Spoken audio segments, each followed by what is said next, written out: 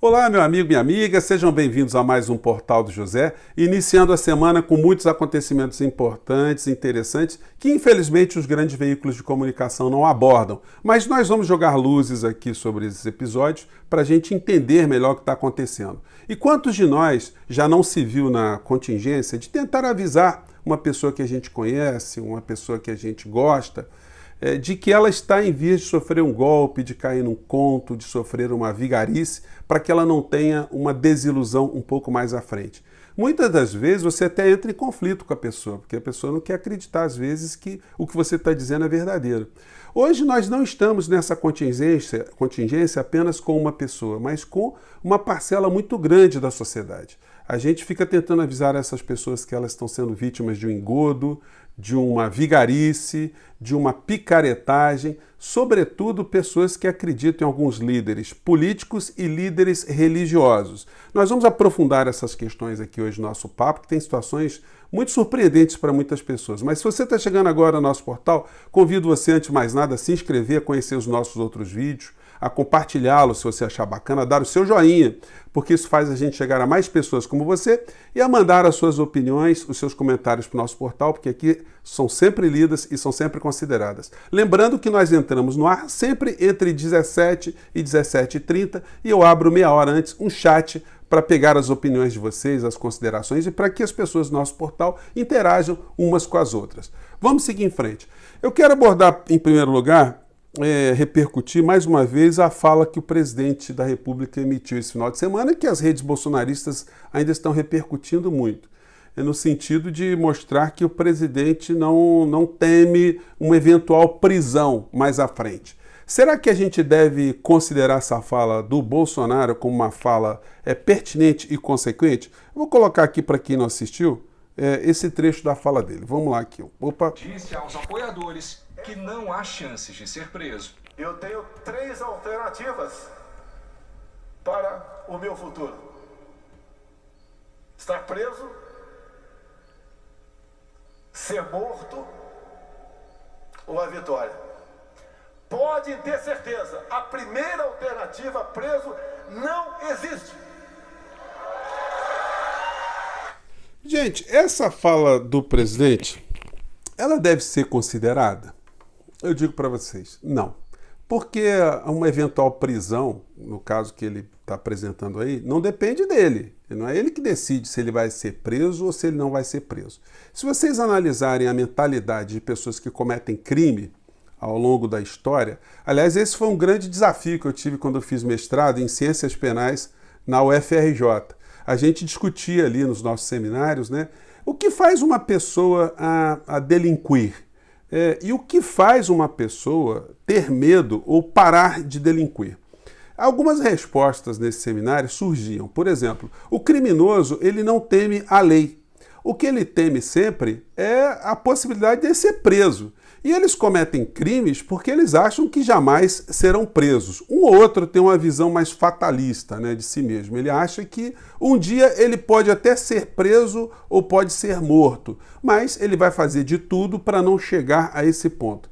Uma vez também conversando com promotores de justiça, amigos, né, eu sempre tive uma grande interrogação se o criminoso ali diante do promotor e do juiz, quando eles estão fazendo acusação ou sentenciando, se o criminoso ele desenvolve algum ódio pessoal com essas pessoas que estão ali.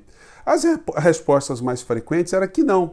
O criminoso, ele sempre, quando ele está sentado ali no banco dos réus, ele fica refletindo muito mais nos erros que ele cometeu para ter chegado até aquela condição de estar preso ali. Eles ficam pensando onde é que eles erraram. O arrependimento de cometer crime, isso é raríssimo, alguém ter cometido um crime e ter um arrependimento. Essa transgressão às normas sociais, elas têm vários níveis. Tem desde o pequeno criminoso, o batedor de carteira, ao mega criminoso, o cara que está dentro da estrutura do Estado, como é o caso hoje no nosso país. Pessoas com a mente criminosa e que acham que nunca serão presas. Se você perguntar para o Sérgio Cabral, que está ali cumprindo mais de 300 anos de cadeia por corrupção e outros crimes conexos, se ele achava um dia que ia ser preso, ele ia dizer, com certeza, não, eu nunca serei preso. E por conta de ter essa certeza é que cometem crimes de uma forma muito consciente. Alguns cometem alguns atos, mas acham que não estão cometendo crimes. Isso acontece muito em criminosos sociais, vamos dizer assim, que eles acham que estão se conflitando com a lei, mas é porque o Estado é muito injusto. Então ele tem uma legitimidade ali de transgredir e acha que isso não é uma coisa injusta. Isso faz com que, se a gente analisar os crimes ou criminosos no mundo inteiro, você sempre vai ver uma certa legitimação no ato daquele indivíduo. E no mundo político? O cara comete uma série de transgressões e acha que está fazendo bem, ou ele acha que nunca acontecerá nada com ele, porque ele acha que tem uma parcela ali de pessoas que acreditam que ele está fazendo bem. É o caso do presidente da República. Ele, quando terminar o mandato dele, ele sabe que vai ter muitos problemas com a lei. E a gente está dizendo aqui muitas vezes, baseado no que está na Constituição, no que está no direito penal, que ele será preso, é uma questão de tempo. Muitas pessoas podem não acreditar nisso agora.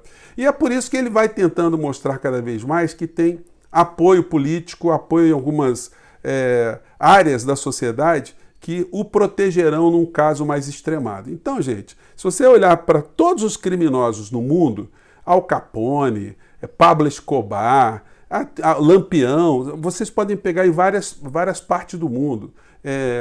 Mafiosos da Yakuza no Japão, mafiosos na Rússia, essas pessoas acham que nunca são alcançadas, que elas nunca chegarão a uma situação mais dramática. E é por isso que muitas delas procuram alianças dentro do Estado. Quando elas entram numa situação de poder, aí elas acham que estão mais blindadas. E muitas pessoas no Brasil ascenderam com o bolsonarismo a essa condição de achar que não vai acontecer nada com elas. A gente está vendo, por exemplo, alguns colunistas fazendo aqui abordagens muito críticas e cáusticas, né, no que está se transformando o 7 de setembro aqui no Brasil. O Miguel de Almeida ele escreve: pastores e meganhas no 7 de setembro. Gente, o que está acontecendo no Brasil é uma coisa absolutamente enlouquecedora. E aí a gente fica querendo avisar as pessoas que a gente conhece do grande engodo, mas está complicado. Mas a gente tenta, né? Vamos colocar aqui mais algumas situações. Mais um grupo de pastores, eu já mostrei aqui para vocês, tem feito convocações para o dia 7 de setembro. O que leva um líder religioso num país onde seus fiéis estão com dificuldades financeiras, estão desempregados ou estão no subemprego, têm dificuldades para estudar, para cuidar da saúde, para se tratar quando pega Covid, para comprar medicamentos, para cuidar de sequelados, enfim. O que levam essas pessoas a irem para as ruas para defenderem algo que elas não estão percebendo? Defender, por exemplo, a liberdade de expressão. Se chegar para uma pessoa que mora numa comunidade, que está passando por todas as dificuldades, está pagando o gás a mais de R$100, a energia elétrica com aumento, uma insegurança total, muitas vítimas de milicianos, dizer para essa pessoa que o problema dela é a liberdade de expressão, que ela está tendo o perdimento, a ameaça da sua liberdade de expressão, isso não faz o menor sentido. Então, como é que uma pessoa dessa se desloca de uma região longínqua da cidade para a Zona Sul, por exemplo, aqui no Rio de Janeiro, para fazer manifestação? Vamos fazer aqui rapidamente um retrospecto aqui do que essa gente anda divulgando nas redes sociais, esses pastores aqui. Vamos lá. Paulo, na Avenida Paulista, eu gostaria de convidar você a estar conosco, vai ser muito especial. Esperamos você, que Deus te abençoe, graça e paz. Olá, meu querido, me chamo René Terranova. Dia 7 de setembro, às 14 horas, te aguardo na Paulista. Vem lutar pelo Brasil. Dia 7 às 14 horas, pela nossa liberdade. Vou ficar por aqui. Tem muito... Os vídeos são longos e acabam ficando muito enfadonhos. E essa coisa meio misteriosa, né? Levar os fiéis para defender a liberdade de expressão. E o engraçado aqui no Rio de Janeiro, especificamente, um dos maiores agitadores dessa turma toda é o pastor Malafaia. O pastor Malafaia, ele é de uma igreja, e quando você olha os templos, são todos em regiões muito pobres, em regiões muito afastadas da zona sul do Rio de Janeiro. E as convocações são para que essas pessoas de Engenheiro Pedreira, Engenho da Rainha, Guerengue, Gramacho, Iguaba Grande, Inhoaíba, Irajá, Itaboraí, Itaperuna, Jacarepaguá, Jardim Bangu, Largo do Bicão, Lagomar, Macaé, Macaé 2, Macuco, gente, Madureira, regiões afastadas da Zona Sul. Então, esse cidadão que mora em comunidade, que é uma pessoa humilde, que é um trabalhador, o cara vai pegar um ônibus, ou vai pagar um carro, ou vai pegar um Uber, ou vai abastecer a R$7 o litro de combustível para ir para Copacabana, a região com um dos maiores IDHs aqui do Brasil, numa região repleta de pessoas de classe média alta, pessoas com a pele boa, bem alimentadas, bem vestidas, e essas pessoas simples vão chegar ali para gritar que estão querendo liberdade de expressão. Qual é o sentido que tem numa situação como essa, gente? E quem está convocando? Aí vamos pegar aqui os convocadores, né? Os convocadores, eles não vão de ônibus para essas manifestações porque eles já aposentaram o transporte público, o transporte terreno, o transporte dos mortais há muito tempo. Essas pessoas, elas vão no luxo absoluto. Vamos passar aqui um vídeo rapidamente, sem o áudio, dos aviões dos pastores que estão convocando as pessoas pobres a se deslocarem das periferias para a zona sul do Rio de Janeiro para fazerem manifestações ali para defender liberdade de expressão. Vamos acompanhar rapidamente aqui. Edir Macedo, Jato Global Express. Olha aí o jato do bicho Macedo. O bicho aqui gasta uma grana. Valdemiro Santiago, 48 milhões de dólares, gente. O avião do Valdemiro Santiago, o homem do pastor do feijão. Silas Malafaia, jato Cessna, 12 milhões de dólares. Dinheiro de quem, hein, gente? Dinheiro da rapaziada, né? R.R. Soares, jato King Air, 5 milhões de dólares. Também tá aí, todo sorridente. Eles disputam entre eles, né? René Terranova, 5 milhões de dólares. Também esse pessoal, enfim, quer ficar perto de Deus, né? Samuel Câmara, jato King Air, 5 milhões de dólares, tá aí. Gente, é muita gente andando. O Estevão Hernandes também está convocando para manifestação, 3 milhões de dólares, é um aviãozinho baratinho, né? Esse pessoal ilude os seus fiéis de uma maneira geral, para mostrar poder político. Estão todos servindo ali como massa de manobra. Isso me lembra de uma forma muito triste como as periferias são utilizadas no mundo para defender interesses de classes dominantes, de classes economicamente superiores, né? Aqui no Brasil mesmo, quando a gente analisa o que foi, por exemplo, a Guerra do Paraguai, quem acabou indo para os frontes foram escravos que eram recrutados ali nas senzalas, nas grandes fazendas, para irem para a linha de frente para combater muitas das vezes até ex-escravos ou escravos de outros exércitos também. Foi uma situação absolutamente enlouquecedora. O Paraguai também tinha exércitos também de ex-escravos também, ou escravos estavam ganhando a alforria ali para poderem lutar contra os escravos brasileiros. Se você pegar a Guerra de Secessão nos Estados Unidos, muitas vezes os donos de terras, os grandes fazendeiros, compravam o passe dos seus filhos para que os seus filhos não fossem lutar na Guerra de Secessão. Mandava lá alguém para o lugar a troco de dinheiro. Quando a gente pega os conflitos mais modernos, se a gente for para os Estados Unidos e pegar, por exemplo, o Vietnã, só quem morreu no Vietnã foram soldados de origem latina e negros. Os soldados pobres. E hoje nos Estados Unidos se recruta para fazer parte do exército americano jovens também, egressos também de periferias, jovens com baixa instrução, sem emprego, para defender os interesses não da maioria do povo, mas para defender interesses muitas vezes não confessáveis, interesses geopolíticos. Nas guerras, normalmente quem acaba por morrer, acaba por colocar sua integridade ali em risco, são sempre as pessoas mais pobres também. E aqui no Brasil hoje estamos vendo essa reprodução elitista, bandida, sacana de pegar pessoas humildes para defender não os interesses da população brasileira, mas não para defender os interesses dos próprios fiéis ou dos próprios brasileiros, mas para servirem de massa de manobra. As elites, elas têm se movimentado também.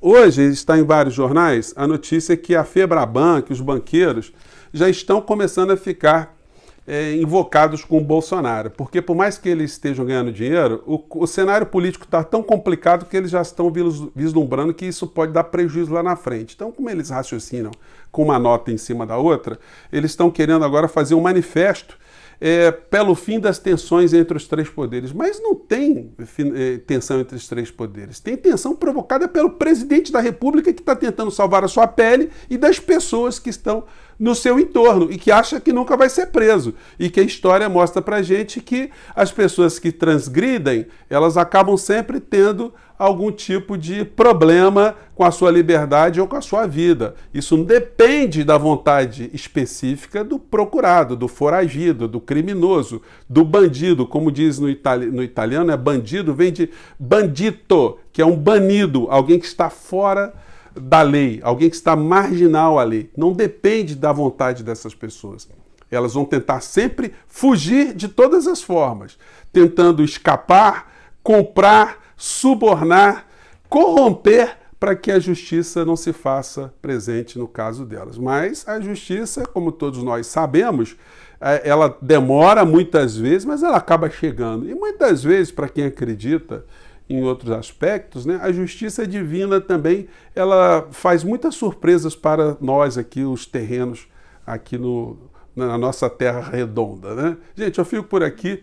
Mande seus comentários, suas opiniões.